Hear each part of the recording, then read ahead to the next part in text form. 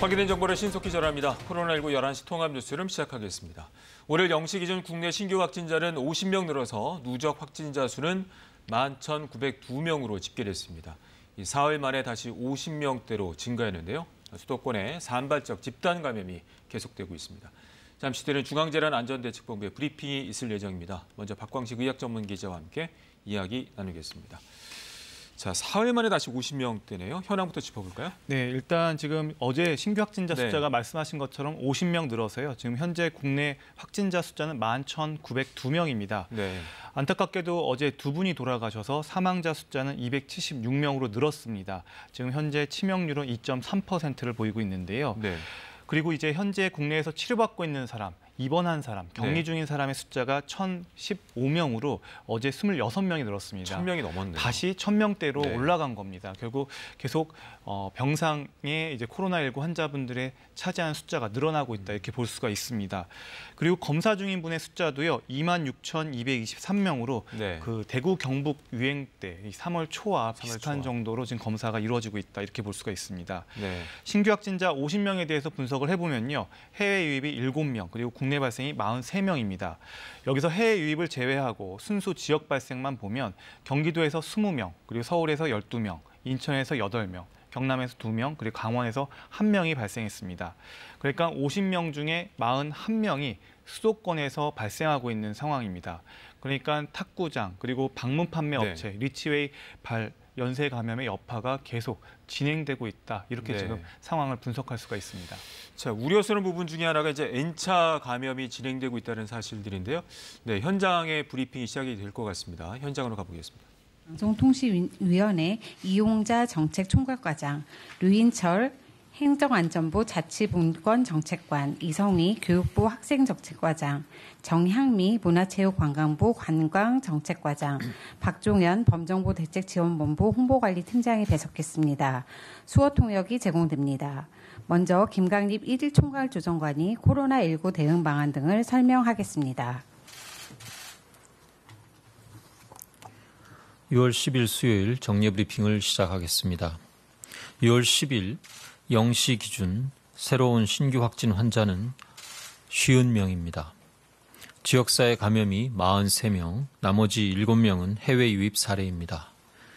6월 10일 0시까지 발생한 확진 환자는 모두 11,902명이며 1,015명의 환자들이 현재 치료를 받고 계십니다.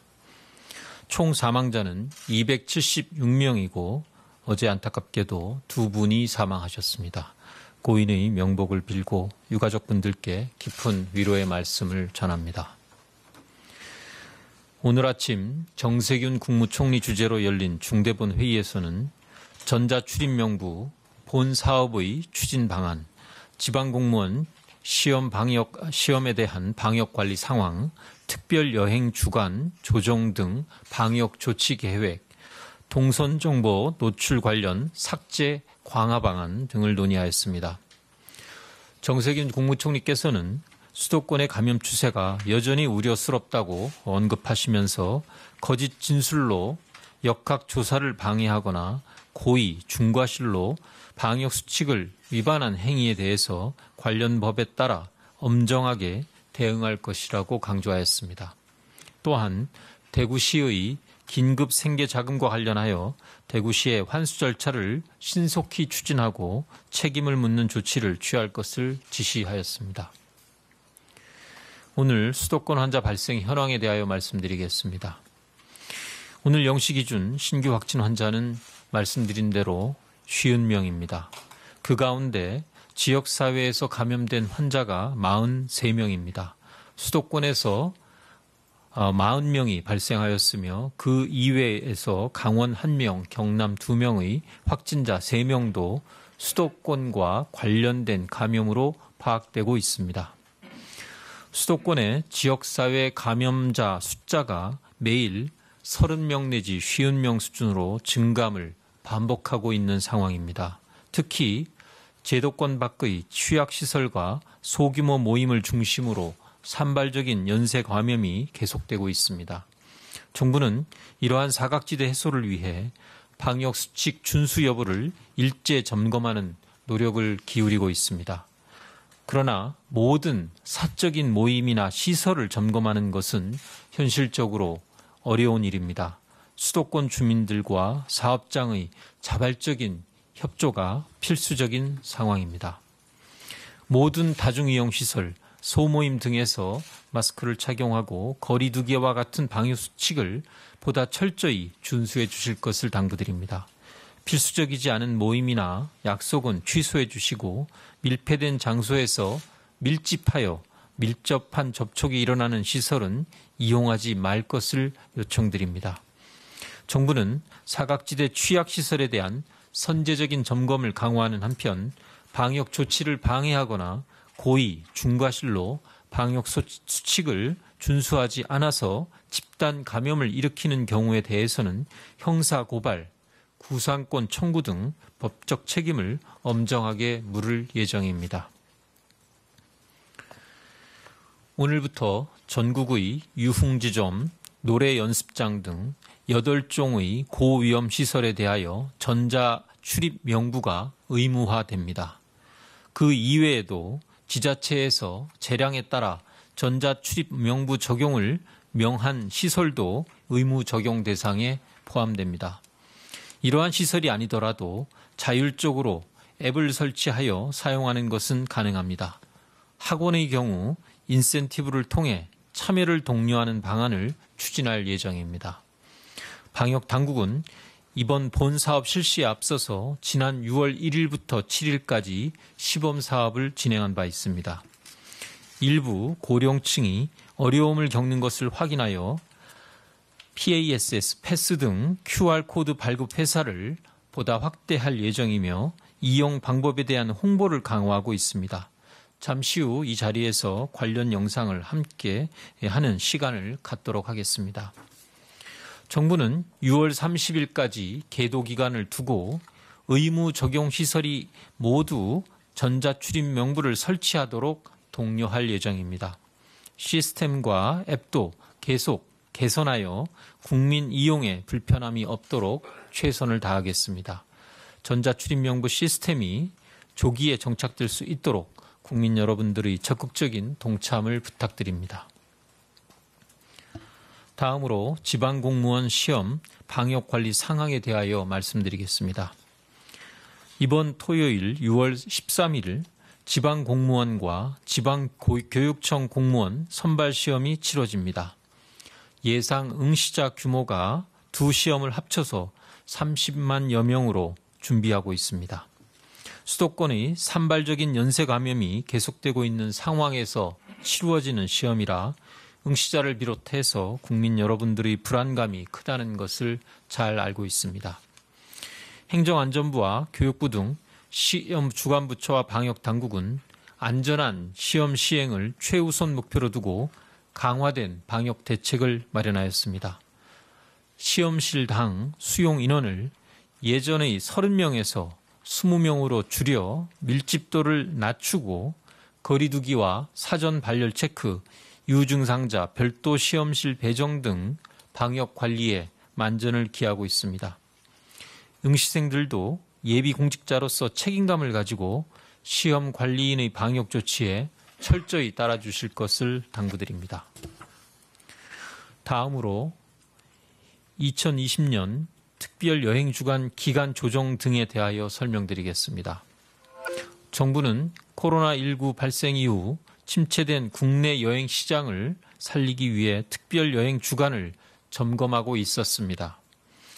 하지만 최근 수도권의 집단 감염이 반복되고 있는 점을 감안해서 지역 이동을 유발하는 특별 여행 주간을 6월 20일에 시행할 예정이었으나 7월 1일부터로 열흘 연기하였고 또 그 기간 동안 열흘 단축하기로 결정하였습니다. 이와 함께 경륜, 경정의 휴장, 강원랜드 카지노 휴장 등도 당분간 지속하기로 결정하였으며 확진 환자의 발생 추이를 지켜보면서 관객 입장 등을 신중하게 검토할 예정입니다. 코로나19로 인하여 일상생활에 제약이 많아지면서 국민들께서 많이 답답해하고 계실 것을 잘 알고 있습니다. 정부는 수도권 감염 확산세를 조속히 진정시켜 국민 여러분이 국내 여행과 스포츠를 안전하게 즐기실 수 있도록 최선을 다하도록 하겠습니다. 다음은 확진자 동선 정보에 대한 관리 개선 방안을 말씀드리겠습니다.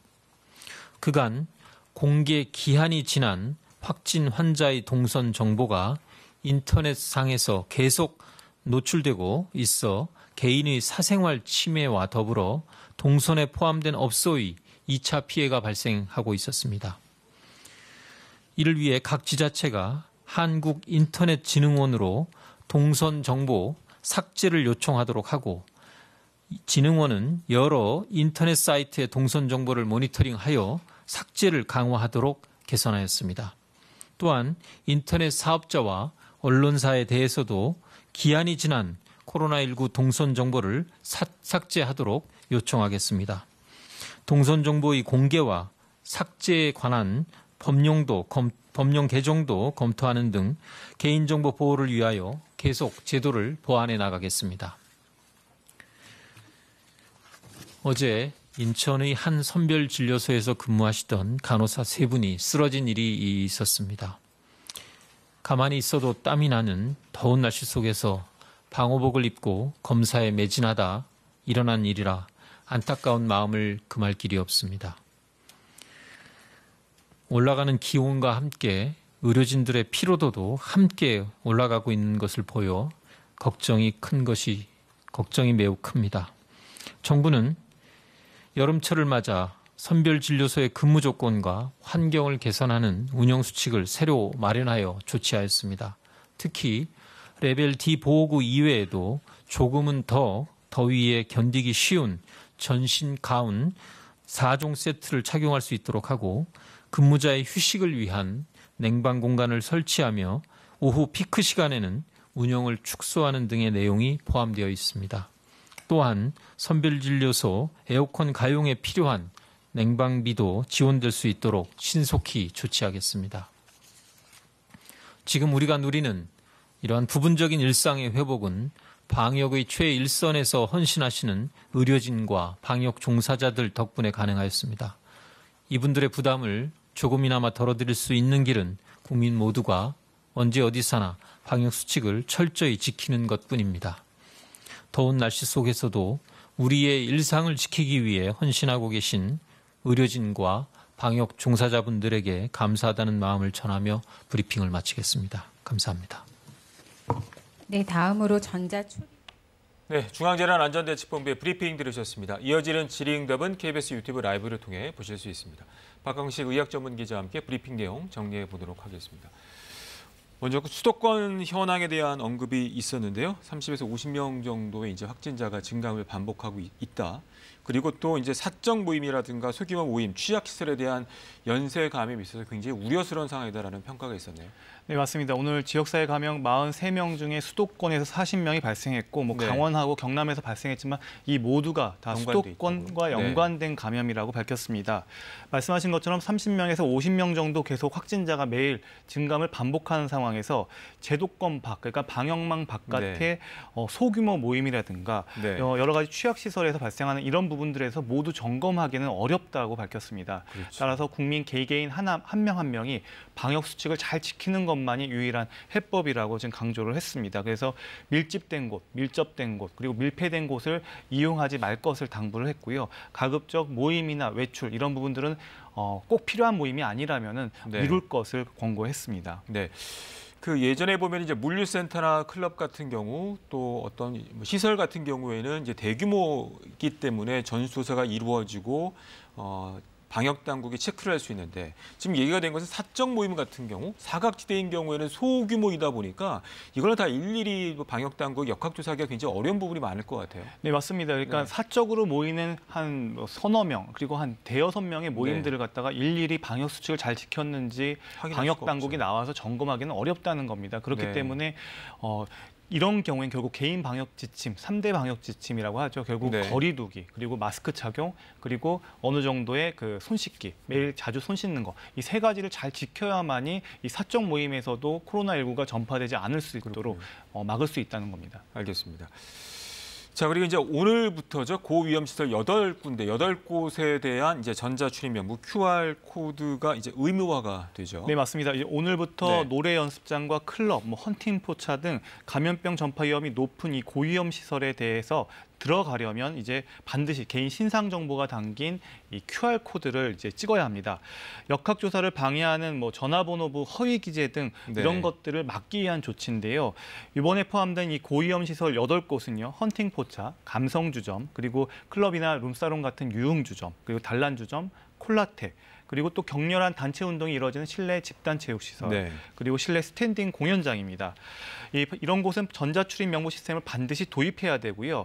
현재 각 지방자치단체를 통해 파악된 이런 시설들의 한 종류는 8종은 8만여 곳에 달합니다. 네. 만약 이 해당 고위험 시설에서 이 전자 출입 명부를 도입하지 않거나 출입자 명단을 허위로 작성 또는 부실하게 관리하다 적발되면 300만 원 이하의 벌금형에 처할 수가 있습니다.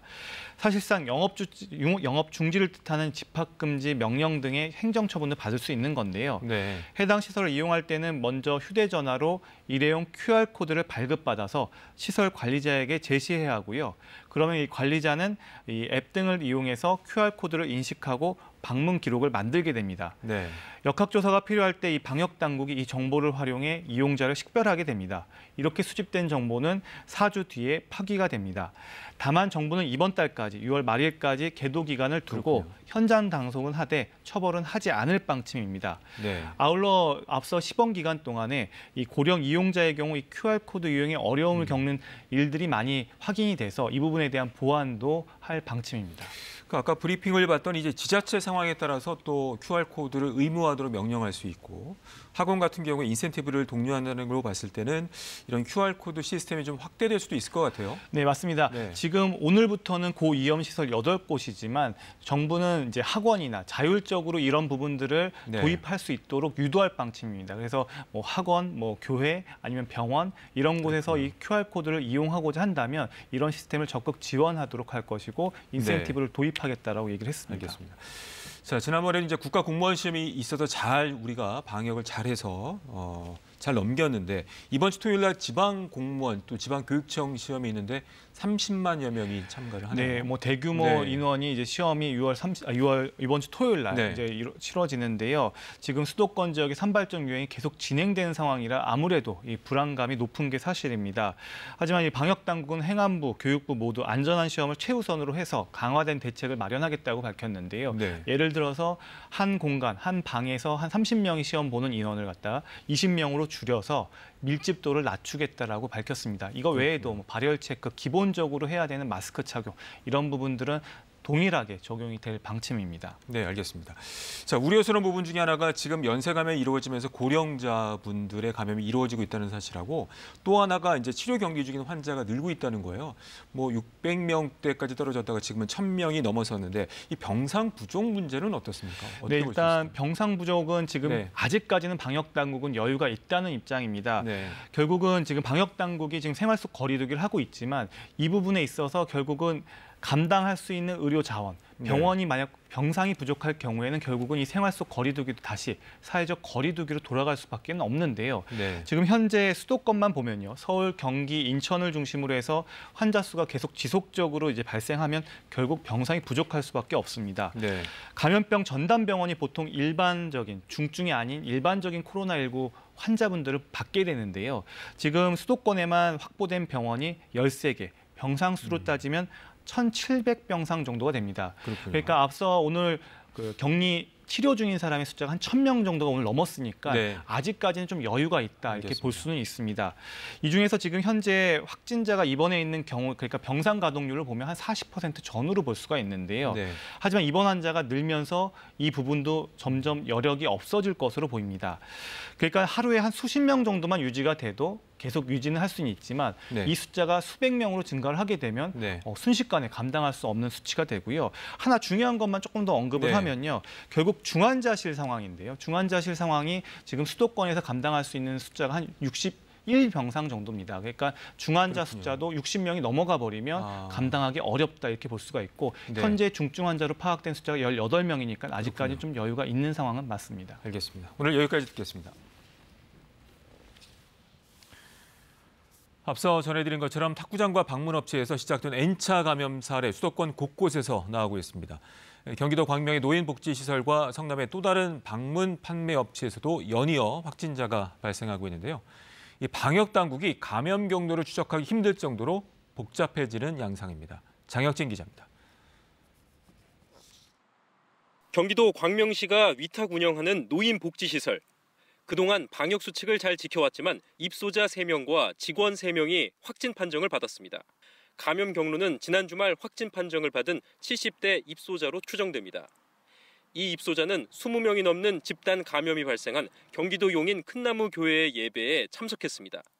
이분이 그 구로구 56번하고 같이 5월 30일 날 그 용인 수지구 큰나무 교회 예배 참석해서 확진이 된 거죠. 서울 양천구 탁구장 감염이 용인 큰나무 교회, 다시 광명 노인복지시설로 이어진 겁니다. 여기에 서울 리치웨이 방문자와 접촉한 경기도 성남의 방문 판매업체 직원 6명도 양성 판정을 받으면서 수도권 N차 감염 고리는 복잡해지는 양상입니다. 전파 연결고리가 결국은 취약계층의 그 여러 가지 그 침투를 해서 환자를 발생시키는 그런 특성이 매우 강하다. 깜깜이 전파 사례 속출도 방역 당국의 고민입니다. 인천에선 일가족 4명이 확진됐는데 이들을 감염시킨 외할머니의 감염 경로는 아직도 확인되지 않았습니다. 외손녀 자매가 등교한 초등학교와 중학교는 임시 폐쇄됐습니다. 또 인천 미추홀구의 미용실 직원도 감염 경로를 알 수 없는 손님과 접촉한 뒤 확진 판정을 받아 역학조사가 진행 중입니다. KBS 뉴스 장혁진입니다. 60세 이상 고령층의 감염 비중이 점점 늘고 있어 방역 당국이 긴장하고 있습니다. 이 치명률이 높은 고령층 감염은 가장 우려스러운 상황인데요. 이 방역 당국은 가족 간에도 만성 질환자나 고령층이 있다면 거리 두기를 지키는 게 중요하다고 강조합니다. 김민혁 기자입니다. 평소 같으면 노인들로 북적였을 서울 종로의 탑골공원. 공원 입구가 굳게 닫혔습니다. 그래도 갈 곳이 없는 노인들은 공원 주변으로 계속 모입니다. 불편하지. 경계를 놓고 저 안에 제가 있었는데 열리고 못 들어가잖아. 요즘엔 답답함이 더하다고 호소합니다. 바람 쐬는데 왔다 갔다 그러죠. 한 시 있으면 가야지 지금. 집 있으면 갑갑해. 나가실 때 꼭 마스크 착용하시고. 노인을 대상으로 한 상담 업무도 바뀌었습니다. 전에는 쪽방촌 노인들을 직접 찾았지만 지금은 전화 상담으로 대체됐습니다. 사람을 만나고 싶은 외로움도 굉장히 크지만 그래도 이렇게 대면하는 건 좀 피해야겠다라는 생각도 하시고 해서 저희가 방문 상담보다는 지금 현재 전화 상담 위주로. 이렇게 조심을 하지만 코로나19에 감염된 노인 인구 비중은 크게 늘고 있습니다. 지난달 중순만 해도 한 주간 확진자 중 60대 이상이 8%에 불과했지만 불과 3주 만에 37%까지 늘어 20, 30대를 앞질렀습니다. 치사율을 봐도 70대 감염자는 10%, 80세 이상은 25% 이상으로 평균 치명률 2.3%를 훌쩍 뛰어넘습니다. 밀폐된 공간에 다수가 1, 2m 내에 밀집돼서 서로 노래 부르고 얘기하고 식사하고 이 밀집된 환경을 피해야 됩니다. 지금 코로나19 상황에서는 이런 환경이 최악이라고 볼 수가 있어요. 전문가들은 가족 내 만성 질환을 갖고 있거나 고령인 사람이 있다면 아무리 가족이어도 평소 2m 거리 두기를 지키는 것이 중요하다고 강조합니다. 방역 당국도 특히 65세 이상 노인들은 창문이 없거나 환기가 안 되는 밀폐된 장소에는 가지 말아달라고 거듭 요청했습니다. KBS 뉴스 김민혁입니다. 무더위가 시작이 되면서 날씨가 코로나19 검사의 또 다른 복병이 되고 있습니다. 앞서 브리핑에서도 언급이 됐었는데요. 실제로 어제 인천에서는 학생들의 감염을 검사하던 보건소 직원 3명이 무더위에 쓰러져 병원으로 실려갔습니다. 박효인 기자입니다. 구급대원들이 들것에 실린 환자를 구급차에 태웁니다. 다른 환자들도 잇따라 구급차로 옮겨집니다. 선별진료소에서 검사를 하던 26살 A씨 등 보건소 직원 3명이 쓰러진 것입니다. 당시 이들은 30도에 육박하는 무더위 속에 4시간째 감염 검사를 하고 있었습니다.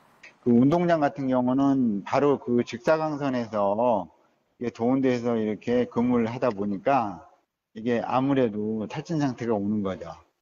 이들은 온몸에 보호복을 입은 상태여서 체감 기온은 훨씬 높았을 것으로 추정됩니다. 공기가 통하는 구멍의 입자가 굉장히 적은 거죠. 외부보다는 안에 내부 온도가 많이 높을 거예요. 그때 온도가 28도면 그 안의 온도는 체온보다 높을 거라고 생각이 들어요. 쓰러진 이들은 심한 어지럼증과 두통을 호소하며 병원으로 옮겨졌습니다. 동료 직원들이 즉시 발견해 다행이었지만 자칫 열사병에 걸릴 만큼 위급한 상황이었습니다. 만약 이게 더 오랫동안 장기간 노출이 되고 수분이 부족하게 되고 또 전해질도 부족하게 되면 결국 열사병에 빠지거든요. 수도권의 코로나19 집단 감염이 계속 이어지고 있어 앞으로 폭염 속에 검사를 해야 하는 의료진들의 안전 관리에도 비상이 걸렸습니다. KBS 뉴스 박규현입니다. 코로나19가 고용시장에 미치는 충격이 갈수록 커지고 있습니다. 지난달 5월 취업자 수가 39만 2천 명이나 감소했고 실업자와 실업률도 통계 작성 이래 가장 높았는데요. 특히 이 청년층 고용률이 하락 전환됐고 업종별로는 숙박, 음식점과 도소매업 등 대면 서비스업 타격이 심했습니다. 보도에 김민철 기자입니다. 통계청이 발표한 지난달 취업자 수는 2,693만 명. 1년 전보다 39만 2천 명 줄었습니다. 지난 4월 47만 6천 명이 준 것과 비교하면 감소폭은 줄었지만 금융위기 여파가 있었던 2009년 10월부터 2010년 1월 이후 처음으로 3개월 연속 취업자 수가 감소했습니다. 업종별로는 도소매업과 숙박 및 음식점업이 18만 명 넘게 주는 등 대면 서비스업 타격이 컸습니다. 취업자 수는 60세 이상을 제외한 모든 연령대에서 감소했습니다. 40대 감소폭이 가장 컸고 30대와 50대, 20대가 뒤를 이었습니다. 15세 이상 고용률은 60.2%, 경제협력개발기구 비교 기준인 15세부터 64세 고용률은 65.8%로 각각 1.3%포인트 하락했습니다. 특히 15세부터 29세까지의 청년층 고용률은 1.4%포인트 줄어든 42.2%로 하락 전환했습니다. 통계청은 그간 25세부터 29세가 취업자 증가를 견인했는데 봄철 채용과 면접이 연기돼 취업자가 줄었고 특히 대면 서비스업 중심으로 업황이 부진해 청년층 고용률 하락에 영향을 미쳤다고 설명했습니다. 취업자와 구직 활동을 한 실업자를 합친 경제활동 인구는 25만 9천 명 줄었습니다. 비경제활동 인구는 55만 5천 명 늘었습니다. 비경제활동 인구 가운데 쉬었음으로 분류된 사람은 1년 전보다 32만 3천 명 증가했습니다. 실업자 수는 13만 3천 명 늘어난 127만 8천 명, 실업률은 0.5%포인트 오른 4.5%를 기록했습니다. 실업률은 5월 기준으로 봤을 때 통계를 작성하기 시작한 1999년 이후 가장 높았습니다. KBS 뉴스 김민철입니다. 코로나19 통합 뉴스룸은 잠시 뒤 12시 뉴스에서 이어집니다. 고맙습니다.